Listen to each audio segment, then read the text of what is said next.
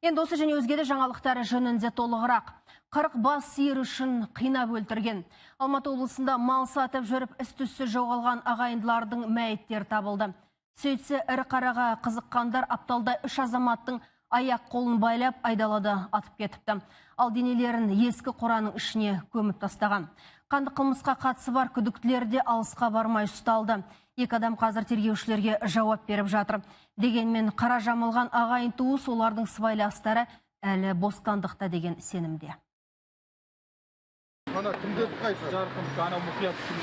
Бауырларының тірі екеніне сеніп 9 күн бойы табанынан таусылып іздегендер бүгін осылай мәйітхана алдында жүр.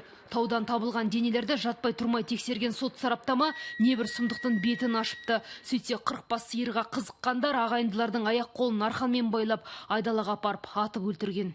Әрқайсысын жеке-жеке екеуінің басынан атқан, біреуін кеуде бөлігімен атқан.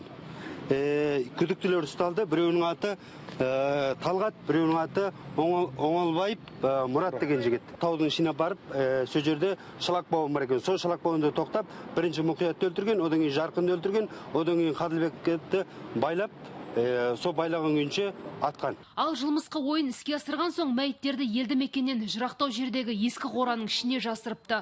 Ал Қандықол қарақшылардың түбіне сол ұрлықы мал жеткен. Алматы облысындағы Сұраншы Батыр ауылында қараусыз жайылып жүрген қаптаған сиырды бірден байқаған жұрт күдіктілерді ұстап берген. Қазір ұрылар екеу болдық дегенмен марқұмдардың туыстары бостандықта әлі сыбайластарының барына сенімді. Бірінші малын түсіріп алған, екінші адамды атып өлтірген, одан көмген.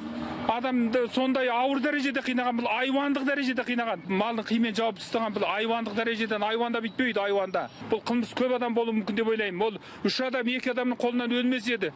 3-еуі де қарулы мықты жігіттер еді. Құрметті бауырларым, ағаларымыз жоқ болды. Қайтыс болды.